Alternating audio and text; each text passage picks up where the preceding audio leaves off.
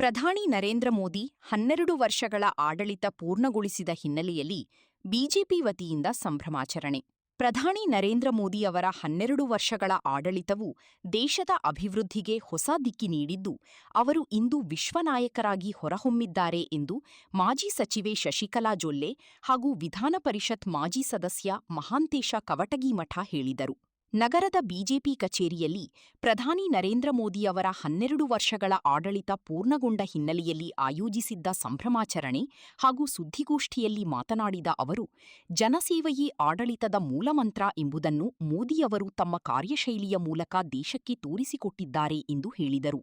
ಕೇಂದ್ರ ಸರ್ಕಾರದ ವಿವಿಧ ಜನಪರ ಯೋಜನೆಗಳ ಮೂಲಕ ಕೋಟ್ಯಂತರ ಜನರ ಬದುಕಿನಲ್ಲಿ ಬದಲಾವಣೆ ತರಲಾಗಿದೆ. ಗರೀಬ್ ಕಲ್ಯಾಣ ಯೋಜನೆಯಡಿ 81 ಕೋಟಿ ಜನರಿಗೆ ನೆರವು, ಪ್ರಧಾನಮಂತ್ರಿ ಆವಾಸ್ ಯೋಜನೆಯಡಿ 4 ಕೋಟಿ ಮನೆಗಳ ನಿರ್ಮಾಣ, ಜನಧನ್ ಯೋಜನೆಯ ಮೂಲಕ ಬ್ಯಾಂಕಿಂಗ್ ಸೇವೆಯನ್ನು ಸಾಮಾನ್ಯ ಜನರಿಗೆ ತಲುಪಿಸಲಾಗಿದೆ ಎಂದು ತಿಳಿಸಿದರು. ರೈತರಿಗಾಗಿ PM Kisan, PM Fasal Bima, PM Kusum ಹಾಗೂ ಹನಿ ನೀರಾವರಿ ಯೋಜನೆಗಳನ್ನು ಜಾರಿಗೊಳಿಸಲಾಗಿದೆ. ಜಲಜೀವನ ಮಿಷನ್ ಮೂಲಕ ಗ್ರಾಮೀಣ ಪ್ರದೇಶಗಳಿಗೆ ಶುದ್ಧ ಕುಡಿಯುವ ನೀರು ಒದಗಿಸಲಾಗಿದೆ. ಮಹಿಳಾ ಸಬಲೀಕರಣಕ್ಕಾಗಿ 12 ಕೋಟಿ ಶೌಚಾಲಯಗಳ ನಿರ್ಮಾಣ, ಸುಕನ್ಯಾ ಸಮೃದ್ಧಿ, ಮಾತೃವಂದನಾ ಹಾಗೂ ಮುದ್ರಾ ಯೋಜನೆಗಳನ್ನು ಪರಿಣಾಮಕಾರಿಯಾಗಿ ಅನುಷ್ಠಾನಗೊಳಿಸಲಾಗಿದೆ ಎಂದು ಹೇಳಿದರು. ಆಯುಷ್ಮಾನ್ ಭಾರತ ಯೋಜನೆಯಡಿ ಕೋಟ್ಯಂತರ ಜನರಿಗೆ ಆರೋಗ್ಯ ಭದ್ರತೆ ಒದಗಿಸಲಾಗಿದೆ. ವಿದೇಶಾಂಗ ನೀತಿಯಲ್ಲಿ ಭಾರತಕ್ಕೆ ಹೊಸ ಗೌರವ ದೊರೆತಿದ್ದು, ದೇಶದ ಭದ್ರತೆ ಹಾಗೂ ಅಂತಾರಾಷ್ಟ್ರೀಯ ಮಟ್ಟದಲ್ಲಿ ಭಾರತದ ಸ್ಥಾನಮಾನ ಮತ್ತಷ್ಟು ಬಲಗೊಂಡಿದೆ ಎಂದು ಅಭಿಪ್ರಾಯಪಟ್ಟರು. 2014ರ ಬಳಿಕ ದೇಶದಲ್ಲಿ ಗಮನಾರ್ಹ ಬದಲಾವಣೆ ಕಂಡುಬಂದಿದ್ದು, ಹಿಂದಿನ ಕಾಂಗ್ರೆಸ್ ಸರ್ಕಾರದ ಅವಧಿಯಲ್ಲಿ ಭ್ರಷ್ಟಾಚಾರ ಹೆಚ್ಚಾಗಿದ್ದರೆ ಮೋದಿ ನೇತೃತ್ವದ ಸರ್ಕಾರದಲ್ಲಿ ಪಾರದರ್ಶಕ ಆಡಳಿತಕ್ಕೆ ಆದ್ಯತೆ ನೀಡಲಾಗಿದೆ ಎಂದು ಆರೋಪಿಸಿದರು. ವಿಶ್ವ ಆರ್ಥಿಕತೆಯಲ್ಲಿ ಭಾರತದ ಸ್ಥಾನಮಾನವು ಗಣನೀಯವಾಗಿ ಏರಿಕೆಯಾಗಿದೆ ಎಂದು ಹೇಳಿದರು. ಸರ್ಕಾರಕ್ಕೆ ಬಂದಂತ ಬಿಜೆಪಿ ನೇತೃತ್ವದ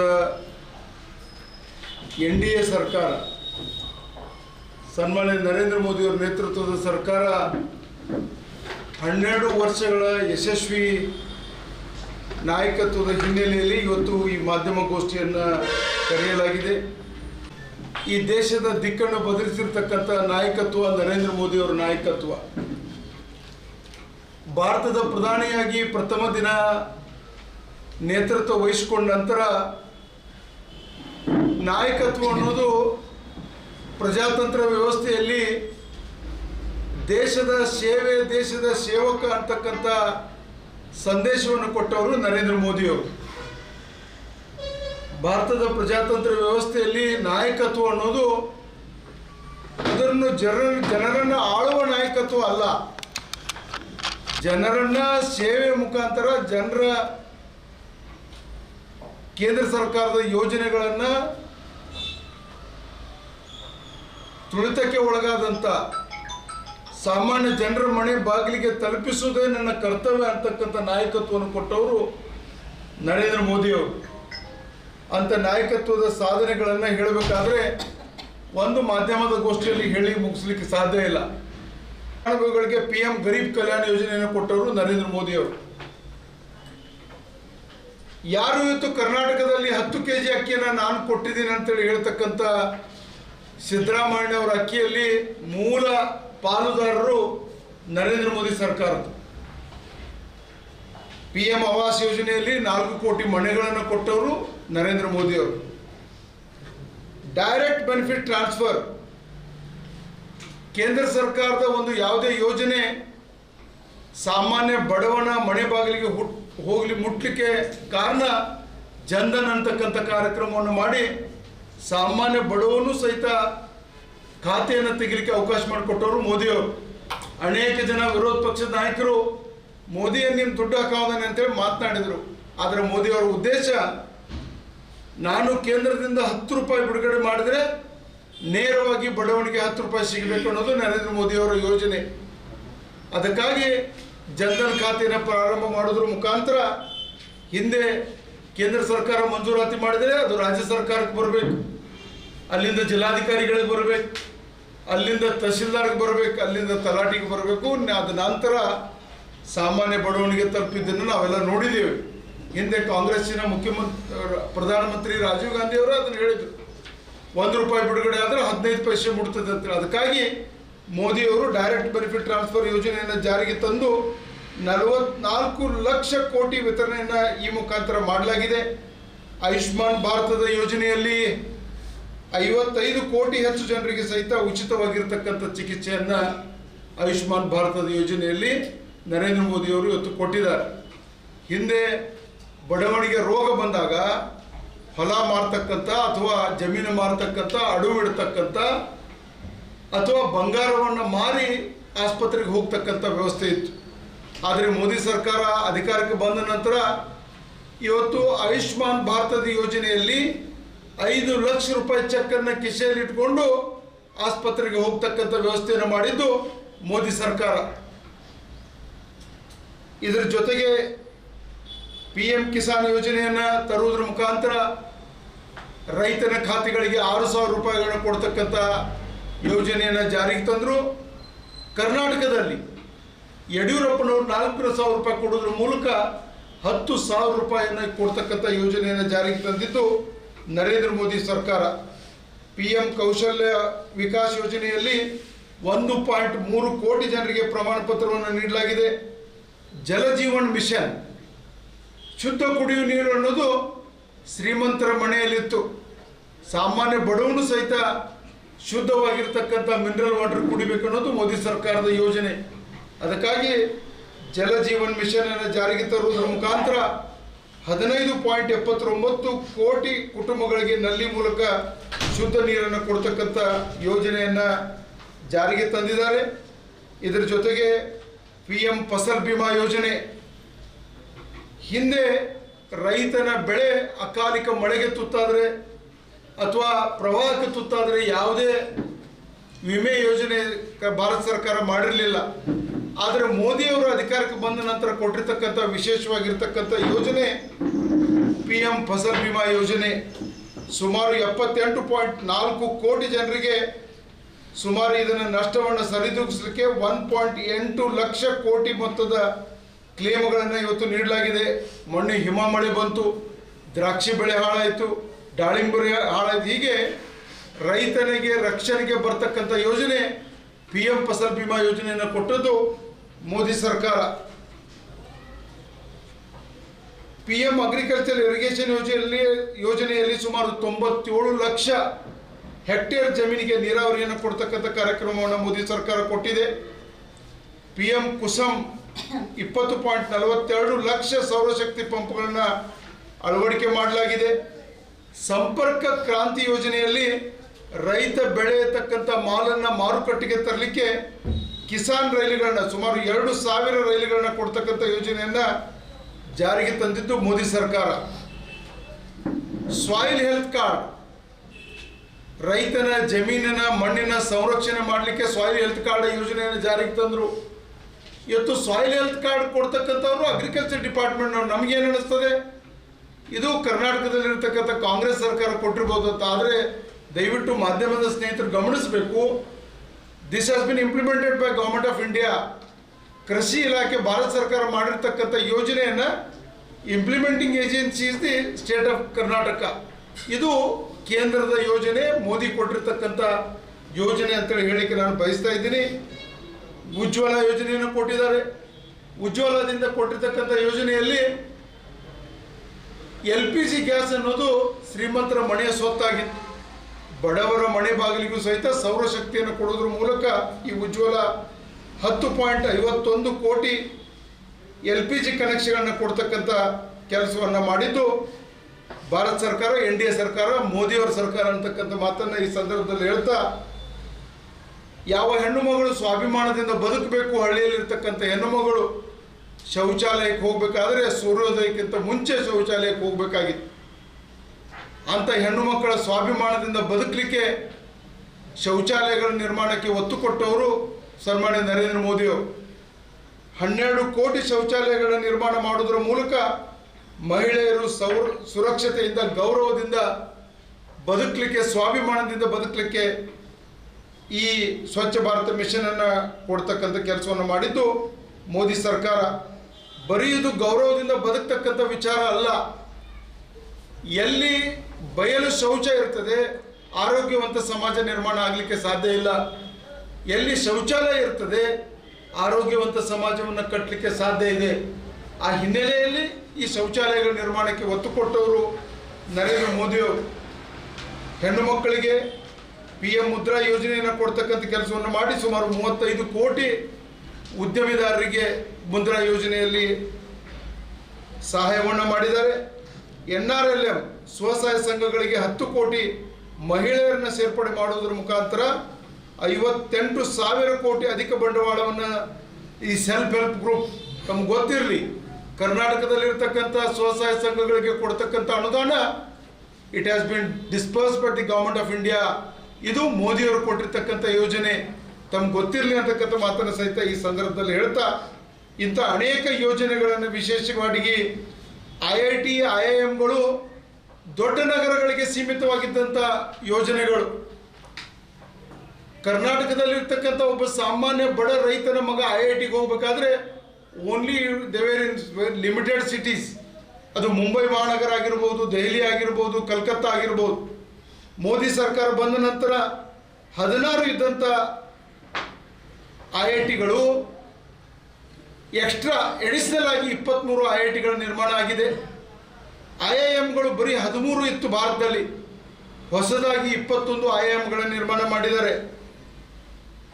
IT ಬರೀ 9 ಇದ್ದದ್ದನ್ನು 25 ಹೊಸದಾಗಿ IITಗಳನ್ನು ಭಾರತ ಸರ್ಕಾರ ನಿರ್ಮಾಣ ಮಾಡಿದೆ.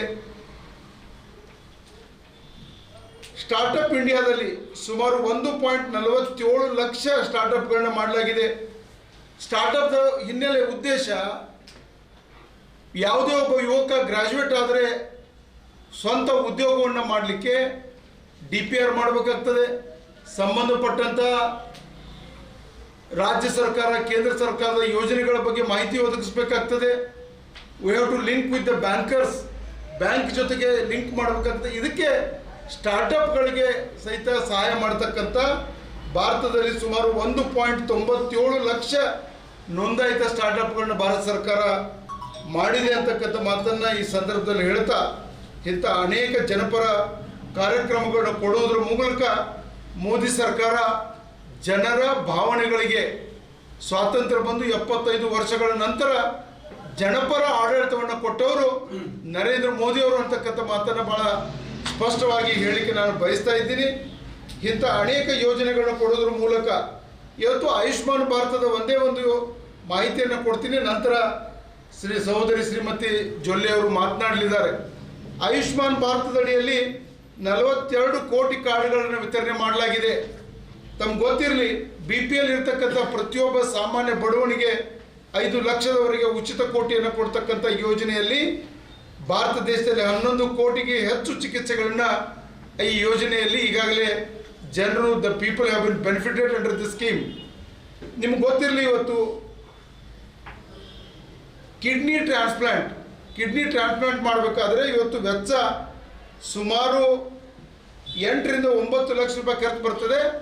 ಭಾರತ ಸರ್ಕಾರ 4.5 ಲಕ್ಷ ರೂಪಾಯಿ ಇವತ್ತು ಭಾರತ ಸರ್ಕಾರ ಕೊಡ್ತಾ ಇದೆ. ಅಂಡರ್ ಲಿವರ್ ಟ್ರಾನ್ಸ್ಪ್ಲಾಂಟ್ 20 ಲಕ್ಷ ರೂಪಾಯಿ ಖರ್ಚು ಬರ್ತದೆ. ಭಾರತದಡಿಯಲ್ಲಿ 10 ಲಕ್ಷ ರೂಪಾಯಿ ಒಂದು ಸಹಾಯಧನವನ್ನು ಭಾರತ ಸರ್ಕಾರ ಇವತ್ತು ಲಿವರ್ ಟ್ರಾನ್ಸ್ಪ್ಲಾಂಟ್ನಲ್ಲಿ ಕೊಡ್ತಾ ಇದೆ. ಹಾರ್ಟ್ ಟ್ರಾನ್ಸ್ಪ್ಲಾಂಟ್ 20 ಲಕ್ಷ ರೂಪಾಯಿ ಖರ್ಚು ಬರ್ತದೆ. 10 ಲಕ್ಷ ರೂಪಾಯಿಯನ್ನು ಭಾರತ ಸರ್ಕಾರ ಆಯುಷ್ಮಾನ್ ಭಾರತದಡಿಯಲ್ಲಿ ಕೊಡ್ತಾ ಇದೆ. ಕ್ಯಾನ್ಸರ್ ಟ್ರೀಟ್ಮೆಂಟ್ ಸಂದರ್ಭದಲ್ಲಿ ವಿಶೇಷವಾಗಿ ಮಹಿಳೆಯರು, they are suffering from uterus cancer, ಗರ್ಭಾಶಯದ ಕ್ಯಾನ್ಸರ್ನಿಂದ ಬಳಲ್ತಕ್ಕಂಥ ಹೆಣ್ಣುಮಕ್ಕಳು ಬಳಲಬಾರದು ಅಂತಕ್ಕಂಥ ಹಿನ್ನೆಲೆಯಲ್ಲಿ ಭಾರತ ಸರ್ಕಾರ, ಮೋದಿ ಸರ್ಕಾರ 1 ರಿಂದ 15 ವರ್ಷದ ಇರತಕ್ಕಂಥ ಹೆಣ್ಣು ಮಕ್ಕಳಿಗೆ ಉಚಿತವಾಗಿರ್ತಕ್ಕಂಥ ಯುಟ್ರಸ್ ಕ್ಯಾನ್ಸರನ್ನು ತಡೆಯತಕ್ಕಂಥ ವಿಶೇಷ ಲಸಿಕೆಯನ್ನು ಕೊಡ್ತಕ್ಕಂಥ ಯೋಜನೆಯನ್ನು ಭಾರತ ಸರ್ಕಾರ ಜಾರಿಗೆ ತಂದಿದೆ. ಹೀಗೆ ಅನೇಕ ಯೋಜನೆಗಳನ್ನು ಜಾರಿಗೆ ತರುವುದರ ಮುಖಾಂತರ ಭಾರತ ಸ್ವಾಭಿಮಾನದಿಂದ ಬದುಕಬೇಕು, ಭಾರತದಲ್ಲಿರ್ತಕ್ಕಂಥ ಪ್ರತಿಯೊಬ್ಬ ನಾಗರಿಕನಿಗೆ ಕೇಂದ್ರ ಸರ್ಕಾರದ ಯೋಜನೆಗಳು ತಲುಪಬೇಕು ಅಂತಕ್ಕಂಥ ಹಿನ್ನೆಲೆಯಲ್ಲಿ ಜನಪರ ಆಡಳಿತವನ್ನು ಮೋದಿ ಸರ್ಕಾರ ಕೊಟ್ಟಿದೆ. ವಿದೇಶಾಂಗ ನೀತಿ, ಇವತ್ತು ವಿಶ್ವದ ಅನೇಕ ದೇಶಗಳಲ್ಲಿ ನಡೆಯತಕ್ಕಂಥ ಯುದ್ಧಗಳನ್ನು ನೋಡಿದರೆ ನಾವು ಭಾರತದಲ್ಲಿ ಸುರಕ್ಷಿತರಾಗಿದ್ದೀವಿ. ಕಾರಣ ಏನಂದರೆ ಮೋದಿ ಹೈ ತೋ ಮುಮ್ಕಿನ್ ಹೈ, ಭಾರತದಲ್ಲಿರ್ತಕ್ಕಂಥ ಮೋದಿ ಸರ್ಕಾರ ಇರೋದ್ರಿಂದ ನಾವೆಲ್ಲರೂ ಭಾರತೀಯರು ಸುರಕ್ಷಿತವಾಗಿದ್ದೀವಿ ಅಂತಕ್ಕಂಥ ಮಾತನ್ನು ಸಹಿತ ಈ ಸಂದರ್ಭದಲ್ಲಿ ಹೇಳ್ತಾ, ಇಂಥ ಜನಪರ ಆಡಳಿತವನ್ನು ಕೊಟ್ಟಂಥ ಮೋದಿ ಸರ್ಕಾರ ಇವತ್ತು ಮತ್ತೊಮ್ಮೆ ತಮ್ಮ ಯಶಸ್ವಿಯಾಗಿ ಮುಂದಿನ ಆಡಳಿತವನ್ನು ನಡೆಸಲಿ ಅಂತಕ್ಕಂಥ ಸದಾಶಯವನ್ನು ವ್ಯಕ್ತ ಮಾಡ್ತಾ, ಅಕ್ಷರದಿಂದ ಬರೆದಿಡ್ತಕ್ಕಂಥ ಸಂಗತಿ ಮತ್ತು ನಮ್ಮೆಲ್ಲರ ಒಂದು ಗೌರವದ ಸಂಗತಿ ಅಂತ ಹೇಳಿದ್ರು ಕೂಡ ತಪ್ಪಾಗಲಿಕ್ಕಿಲ್ಲ. ಯಾಕೆ ಅಂತಂದ್ರೆ ನಮ್ಮ ಸ್ವತಂತ್ರ ಭಾರತದ ಇತಿಹಾಸದಲ್ಲಿ, ಯಾಕಂದ್ರೆ ನಮ್ಮ ಭಾರತ ದೇಶವನ್ನ ನಮ್ಮ ಧರ್ಮದಿಂದ ನಮ್ಮ ಸಂಸ್ಕೃತಿಯಿಂದ ದೂರ ಮಾಡಬೇಕು ಅಂತ ಅನೇಕ ಪರಕೀಯರು ನಮ್ಮ ಭಾರತದ ಮೇಲೆ ಅಕ್ರಮ ಮಾಡಿರ್ತಕ್ಕಂಥ ಸಂಗತಿಗಳನ್ನ ನಮ್ಗೆಲ್ರಿಗೂ ಕೂಡ ಗೊತ್ತಿರುವಂಥದ್ದು. ಅದರಲ್ಲಿ ನಾವು ಬ್ರಿಟಿಷರನ್ನು ಕೂಡ ನೋಡ್ತೇವೆ. ವ್ಯಾಪಾರಕ್ಕಾಗಿ ಭಾರತ ದೇಶಕ್ಕೆ ಬಂದು ಭಾರತವನ್ನೇ ಕಬಳಿಸುವಂತ ಒಂದು ಕಾರ್ಯ ಬ್ರಿಟಿಷರು ಮಾಡ್ತಕ್ಕಂಥ ಸಂದರ್ಭದಲ್ಲಿ ಸಾವರ್ಕರ್ ಇರ್ಬೋದು, ಸುಭಾಷ್ ಚಂದ್ರ ಬೋಸ್ ಇರ್ಬೋದು, ಗಾಂಧೀಜಿಯವರು ಇರ್ಬೋದು, ನಮ್ಮ ಜಿಲ್ಲೆಯ ಒಬ್ಬ ಮಹಾರಾಣಿಯಾಗಿರ್ತಕ್ಕಂಥ ಕಿತ್ತೂರಿನ ರಾಣಿ ಚೆನ್ನಮ್ಮ ಇರ್ಬೋದು, ಇಂಥ ಲಕ್ಷಾಂತರ ಜನರ ಒಂದು ಬಲಿದಾನದಿಂದ, ಅವರ ಒಂದು ತ್ಯಾಗದಿಂದ ಇವತ್ತು ನಮ್ಮ ಭಾರತ ದೇಶದ ನಾವು ಸ್ವತಂತ್ರ ಭಾರತದಲ್ಲಿ ನಾವು ಇವತ್ತು ಇದ್ದೀವಿ. ಸ್ವತಂತ್ರ ಭಾರತದಲ್ಲಿ ಇದ್ರೂ ಕೂಡ ಸುಮಾರು ಕೇಂದ್ರದಲ್ಲಿ 60-65 ವರ್ಷ ಕಾಂಗ್ರೆಸ್ನ ಸರ್ಕಾರ ಇದ್ದಂಥ ಸಂದರ್ಭದಲ್ಲಿ ನಮ್ಮ ಭಾರತ ಯಾವ ರೀತಿ ಸುಧಾರಣೆ ಆಯಿತು ಮತ್ತು 2014ನೇ ನಂತರ ನಮ್ಮ ಭಾರತ ದೇಶದ ಚುಕ್ಕಾಣಿಯನ್ನ ಹಿಡಿದಿರ್ತಕ್ಕಂಥ ನಮ್ಮೆಲ್ಲರ ನೆಚ್ಚಿನ ಪ್ರಧಾನಮಂತ್ರಿಗಳಾದಂಥ ನರೇಂದ್ರ ಮೋದಿಜಿಯವರು ಬಂದ ಮೇಲೆ ಯಾವ ರೀತಿ ನಮ್ಮ ದೇಶದ ಬದಲಾವಣೆಯನ್ನ ನಾವು ಕಾಣ್ತಾ ಇದ್ದೀವಿ ಅನ್ನೋದನ್ನ ನೋಡಿದಾಗ ಬಹಳಷ್ಟು ಅಜಗಜಾಂತರವನ್ನ ನಾವಿಲ್ಲಿ ಕಾಣ್ತಾ ಇದ್ದೀವಿ. ಮತ್ತು ಕಾಂಗ್ರೆಸ್ ಸರ್ಕಾರ ಇದ್ದಾಗ ಭ್ರಷ್ಟಾಚಾರದಲ್ಲಿ ಮುಳುಗಿರ್ತಕ್ಕಂಥ ಅವತ್ತಿನ ಕಾಂಗ್ರೆಸ್, ಅವತ್ತಿನ ದೇಶದ ಪರಿಸ್ಥಿತಿ ಅದನ್ನ ನೋಡಿದಾಗ ಇವತ್ತು ಮೋದಿಜಿಯವರು ಬಂದ ಮೇಲೆ ನಾ ಖಾऊंगा ನಾ ಖಾನೆ दूंगा ಅಂತಕ್ಕಂಥ ಒಂದು ಸ್ಲೋಗನ್ನ ಮುಖಾಂತರ ವಸುದೈವ ಕುಟುಂಬಕಂ ಅಂತಕ್ಕಂಥ ಒಂದು ನಮ್ಮ ಭಾರತೀಯ ಗಾದೆ ಮಾತಿನ ಜೊತೆಯಾಗಿ ಸಬ್ಕಾ ಸಾಥ್ ಸಬ್ಕಾ ವಿಶ್ವಾಸ್ ಸಬ್ಕಾ ಪ್ರಯಾಸ್ ಅನ್ನುವಂತಹ ಒಂದು ಯುಕ್ತಿಯೊಂದಿಗೆ ಇವತ್ತು ನಾವು ನಮ್ಮ ಭಾರತ ಒಂದು ಸಮೃದ್ಧಭರಿತವಾದಂಥ ಭಾರತ, ಸುಧಾರಣೆಯನ್ನ ಕಾಣ್ತಕ್ಕಂಥ ಭಾರತ, ಇದರಲ್ಲಿ ನಮ್ಮ ಭಾರತದ ಬೆನ್ನೆಲುಬಾದಂಥ ರೈತ, ಅದೇ ರೀತಿ ಸೈನಿಕರು, ಅದೇ ರೀತಿ ಮಹಿಳೆಯರು, ಯುವಕರು ಮತ್ತು ಓವರಾಲ್ ನಮ್ಮ ಭಾರತ ದೇಶದ ಪ್ರತಿಯೊಬ್ಬ ಪ್ರಜೆ ಕೂಡ ಚೆನ್ನಾಗಿರ್ಬೇಕು ಅಂತ ಹೇಳಿ ಮೋದಿಜಿಯವರು ಮಾಡ್ತಕ್ಕಂಥ ಅನೇಕ ಒಂದು ಯೋಜನೆಗಳು ಇವತ್ತಿನ ದಿನ ನೋಡಿದಾಗ, ಈಗಾಗಲೇ ಮಾಂತೇಶಣ್ಣವರು ಕೂಡ ಬಹಳಷ್ಟು ಯೋಜನೆಗಳ ಬಗ್ಗೆ ಸವಿಸ್ತಾರವಾಗಿ ಹೇಳಿದ್ದಾರೆ. ಯೋಜನೆಗಳು ಹೇಳಬೇಕು ಅಂತಂದ್ರೆ 2 ದಿನ ಆದರೂ ಕೂಡ ಮುಗಿದೇ ಇರತಕ್ಕಂಥ ಯೋಜನೆಗಳು ಮೋದಿಜಿಯವರ ಯೋಜನೆಗಳನ್ನ ನಾವು ಇವತ್ತು ನೋಡ್ತಾ ಇದ್ದೀವಿ. ಹಾಗಾಗಿ ಇವತ್ತು ಇದೇ ಒಂದು ನಮ್ಮ ಭಾರತ 2047ರಲ್ಲಿ ಜಗತ್ತಿನ ವಿಶ್ವ ಗುರುವಿನ ಸಿಂಹಾಸನದ ಮೇಲೆ ನಮ್ಮ ಭಾರತ ಮಾತೆಯನ್ನ ವಿಕಸಿತ ಭಾರತದ ಮುಖಾಂತರ ಒಂದು ಕರೆದೊಯ್ತಕ್ಕಂಥ ಪ್ರಯತ್ನ ಮೋದಿಜಿಯವರು ಮಾಡ್ತಾ ಇದ್ದಾರೆ ಅನ್ನೋದು ನಮ್ಗೆಲ್ರಿಗೂ ಕೂಡ ಗೊತ್ತಿರುವಂಥದ್ದು. ಇದರಲ್ಲಿ 2014ರಲ್ಲಿ 11ನೇ ಸ್ಥಾನದಲ್ಲಿದ್ದಂಥ ನಮ್ಮ ಭಾರತ ದೇಶ ಇವತ್ತು 4 ಟ್ರಿಲಿಯನ್ ವರೆಗೂ ಕೂಡ ಅಧಿಕ GDPಯನ್ನ ಹೊಂದಿದ ಜಪಾನ್ ದೇಶನ ಇವತ್ತು ಅಧಿಕೃತವಾಗಿ ವಿಶ್ವದ 4ನೇ ಅತಿ ದೊಡ್ಡ ಆರ್ಥಿಕತೆಯಾಗಿ ಹೊಂದಿರತಕ್ಕಂಥ ನಮ್ಮ ದೇಶ ಅಂತೇಳಿ ನಾವು ಇವತ್ತು ನೋಡ್ತಾ ಇದ್ದೀವಿ. ಇನ್ನೂ ಕೂಡ ವಿಕಸಿತ ಭಾರತದ ಇದು ಮೊದಲನೇ ಹೆಜ್ಜೆ ನಾವು ಇವತ್ತು ಹಾಕ್ತಾ ಇದ್ದೀವಿ. ಕಳೆದ ದಶಕದಲ್ಲಿ ಭಾರತದಲ್ಲಿ ಸುಮಾರು 2.5 ಕೋಟಿಗೂ ಹೆಚ್ಚು ಜನರು ಬಹು ಆಯಾಮ ಬಡತನದಿಂದ ಹೊರಗೆ ಬಂದಿದ್ದಾರೆ ಅಂತಕ್ಕಂಥ ಒಂದು ರಿಪೋರ್ಟ್ ಅನ್ನ ನಾವು ಇವತ್ತು ನೋಡ್ತಾ ಇದ್ದೀವಿ. ಅಂದ್ರೆ ಸುಮಾರು ಮೊದಲಿನ ಸರ್ಕಾರ ಗರೀಬಿ ಹಟಾವ್ ಅಂತಕ್ಕಂಥ ಸ್ಲೋಗನ್ ಅನ್ನ 60 ವರ್ಷ ಹೇಳಿದ್ರೂ ಕೂಡ ಆಗದೆ ಇರತಕ್ಕಂಥ ಇವತ್ತು ಸಾಮಾನ್ಯ ಜನ ಬಡತನದಿಂದ ಹೊರಗೆ ಬರ್ತಕ್ಕಂಥ ಒಂದು ಉದಾಹರಣೆಯನ್ನ ಮೋದಿಜಿ ಅವರ ಯೋಜನೆಗಳ ಮುಖಾಂತರ ನಾವು ಇವತ್ತು ನೋಡ್ತಾ ಇದ್ದೇವೆ. ಅದೇ ರೀತಿ ರಾಷ್ಟ್ರೀಯ ಕುಟುಂಬ ಆಯೋಗದ ಆರೋಗ್ಯ ಸಮೀಕ್ಷೆ NFSI 5ನಿಂದ ಒಂದು ಸರ್ವೆ ರಿಪೋರ್ಟ್ನಲ್ಲಿ ಭಾರತ ಮೊದಲ ಬಾರಿಗೆ ಪ್ರತಿ 1,000 ಪುರುಷರಿಗೆ 1,020 ಮಹಿಳೆಯರನ್ನು ಹೊಂದಿರುವ ದಾಖಲೆಯನ್ನ ಇವತ್ತು ನಮ್ಮ ಭಾರತದಲ್ಲಿ ನಾವು ನೋಡ್ತಾ ಇದ್ದೀವಿ. ಯಾಕಂದ್ರೆ ಸ್ತ್ರೀ ಭ್ರೂಣ ಹತ್ಯೆಯನ್ನ ಪ್ರಮಾಣವನ್ನ ಹೆಚ್ಚಿಗೆ ಇರುವಂತದನ್ನ ನಾವು ನೋಡಿದ್ವಿ. ಡೆಲಿವರಿ ಟೈಮಲ್ಲಿ ಬಡತನದ ಹೆಣ್ಮಕ್ಳು ಡೆಲಿವರಿ ಟೈಮಲ್ಲಿ ಒಂದು ಯೋಗ್ಯವಾದಂಥ ಚಿಕಿತ್ಸೆ ಸಿಗದೆ ತಾಯಂದಿರ ಸಾವನ್ನ ನಾವು ನೋಡ್ತಾ ಇದ್ವಿ, ಹುಟ್ಟಿದ ಮಗುವಿನ ಸಾವನ್ನ ನೋಡ್ತಾ ಇದ್ವಿ. ಆದರೆ ಇವತ್ತು ಸುಕನ್ಯಾ ಸಮೃದ್ಧಿ ಯೋಜನೆ, ಬೇಟಿ ಬಚಾವ್ ಬೇಟಿ ಪಡಾವ್ ಯೋಜನೆ, ಹಳ್ಳಿಯ ರೈತ ಹೆಣ್ಣು ಮಕ್ಕಳಿಗೆ NRLM national rural livelihood mission ಈ ಯೋಜನೆ, ಇಂತಹ ಅನೇಕ ಯೋಜನೆಗಳ ಮುಖಾಂತರ ಹೆಣ್ಮಕ್ಳಲ್ಲೂ ಕೂಡ ಒಂದು ಗೌರವ, ಆತ್ಮವಿಶ್ವಾಸ ಬರ್ತಾ ಇದೆ.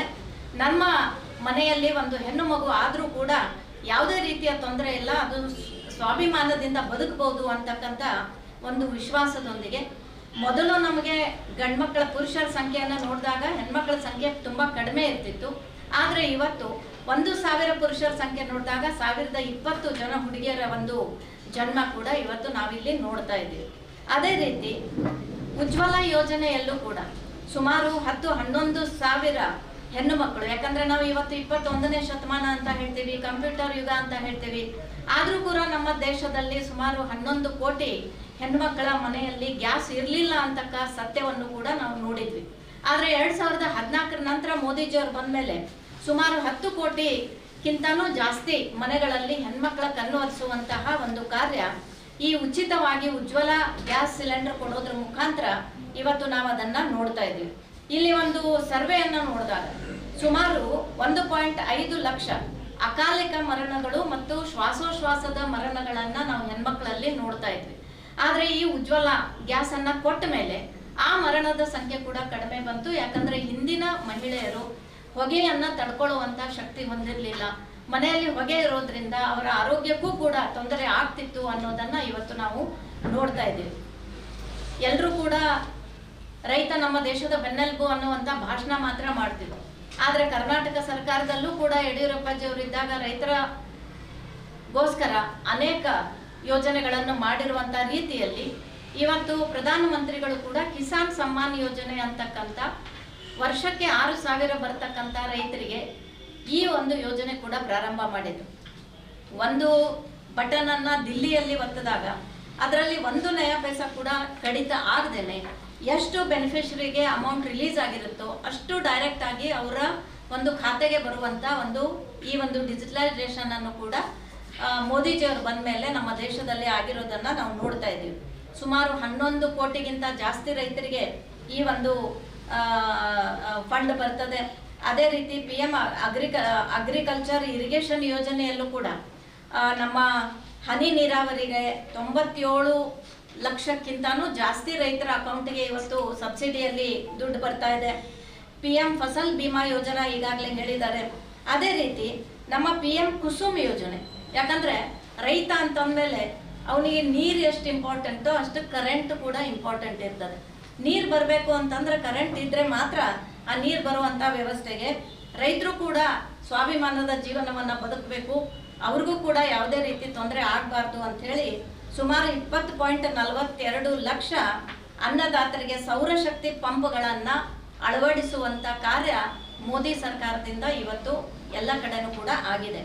ಅದು PM ಕುಸುಮ್ ಅಂತಕ್ಕಂಥ ಹೆಸರಿನ ಮೇಲೆ ಇವತ್ತು ನಾವು ಇದನ್ನು ಕೂಡ ನಾವು ನೋಡ್ತಾ ಇದ್ದೀವಿ. ಅದೇ ರೀತಿ ಅಗ್ರಿಕಲ್ಚರ್ ಅಲ್ಲಿ ಬರೀ ಹೊಲದ ಕೆಲಸ ಮಾಡಿದವ್ರಿಗಷ್ಟೇ ರೈತರು ಅಂತ ಅನ್ನಂಗಿಲ್ಲ. ಮೋದಿಜಿಯವರು ಬಂದ್ಮೇಲೆ PM ಮತ್ಸ್ಯ ಸಂಪದ ಯೋಜನಾ ಅಂತಕ್ಕಂಥ ಹೊಸ ಯೋಜನೆಯನ್ನ ತಗೊಂಡು ಬಂದ್ರು.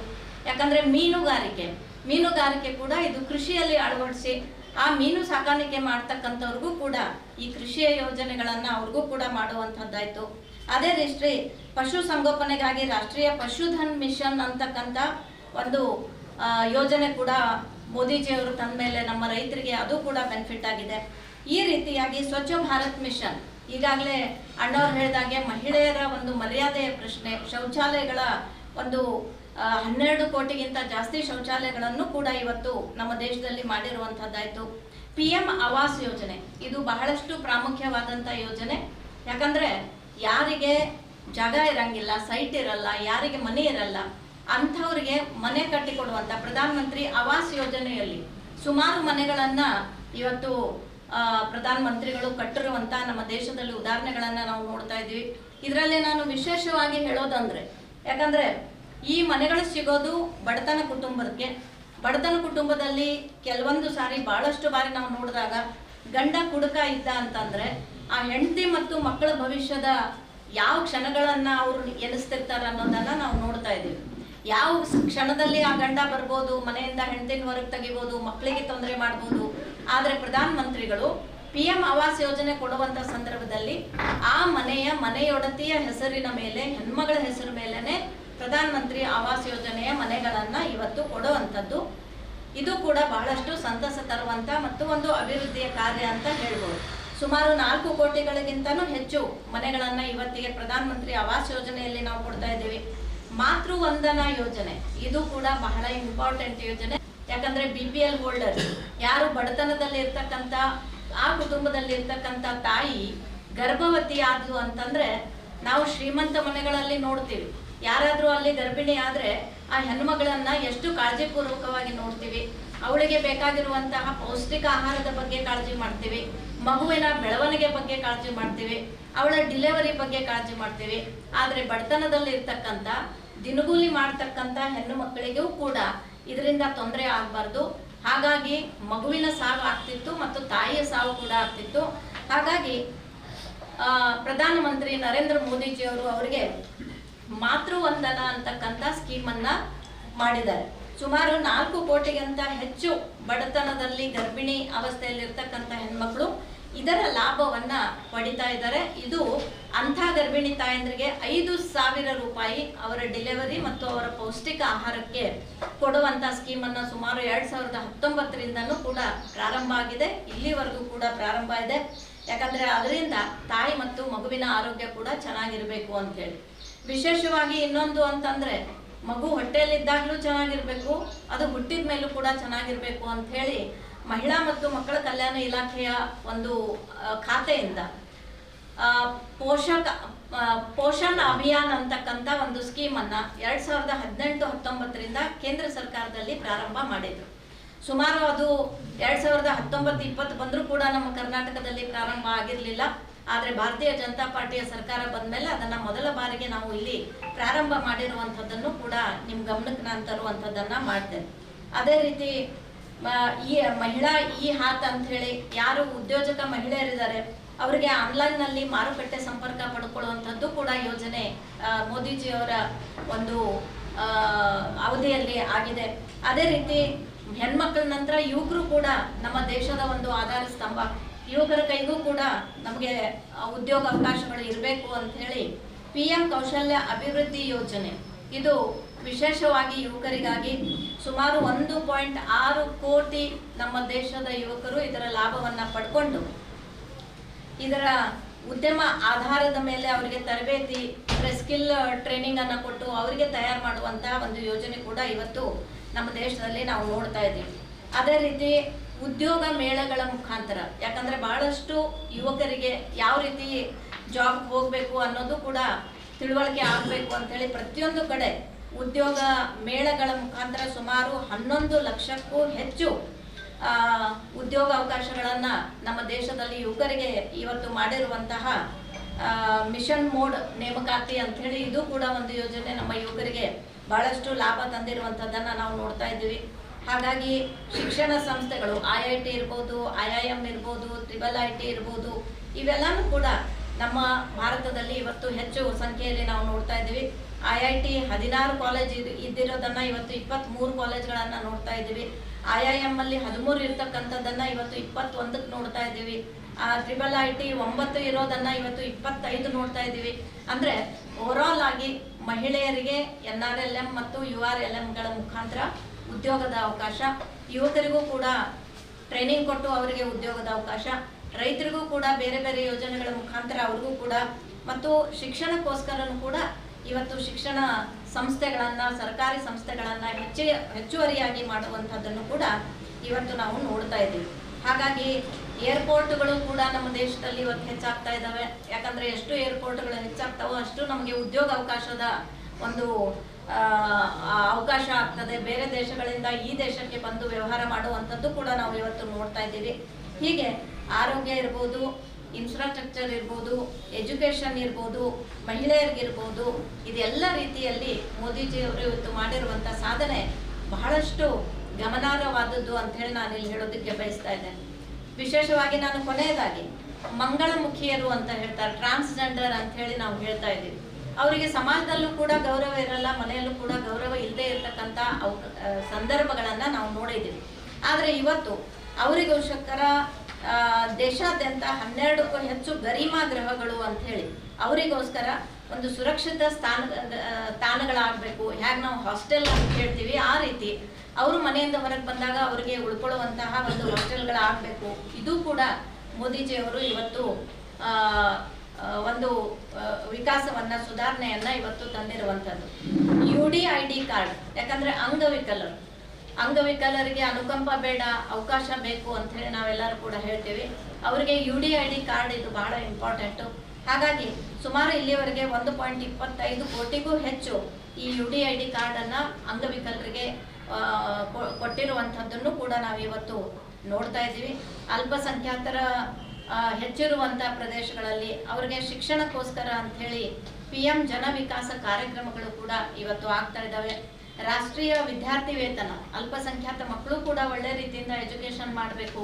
ಅವರಿಗೆ PM ಅವರ ಒಂದು ಕೇಂದ್ರ ಸರ್ಕಾರದಿಂದ ಅವರಿಗೆ ಸ್ಕಾಲರ್ಶಿಪ್ ಕೊಡುವಂತಹ ಒಂದು ಲಕ್ಷಾಂತರ ವಿದ್ಯಾರ್ಥಿಗಳಿಗೆ ಇವತ್ತು ಸ್ಕಾಲರ್ಶಿಪ್ ಕೂಡ ಕೊಡ್ತಾ ಇದ್ದೀವಿ.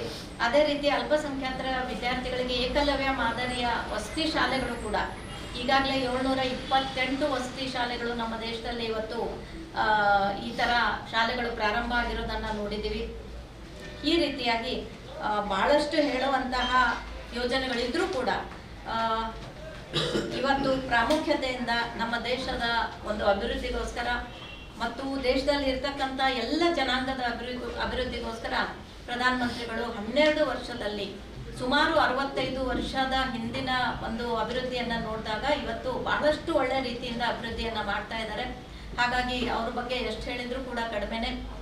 ಅವರ ಒಂದು ಕನಸಿನಂತೆ 2047 ವಿಕಸಿತ ಭಾರತದ ಮುಖಾಂತರ ನಮ್ಮ ಭಾರತ ದೇಶ ಒಂದು ಆರ್ಥಿಕ ಕ್ರಾಂತಿಯನ್ನು ಕೂಡ ಮಾಡೋದ್ರಲ್ಲಿ ಹಿಂದೆ ಬೀಳಲಾರದು ಅಂತ ವಿಶ್ವಾಸವನ್ನು ವ್ಯಕ್ತಪಡಿಸಿ ನನ್ನ 2 ಮಾತಿಗೆ ವಿರಾಮವನ್ನು ಕೊಡ್ತಾರೆ.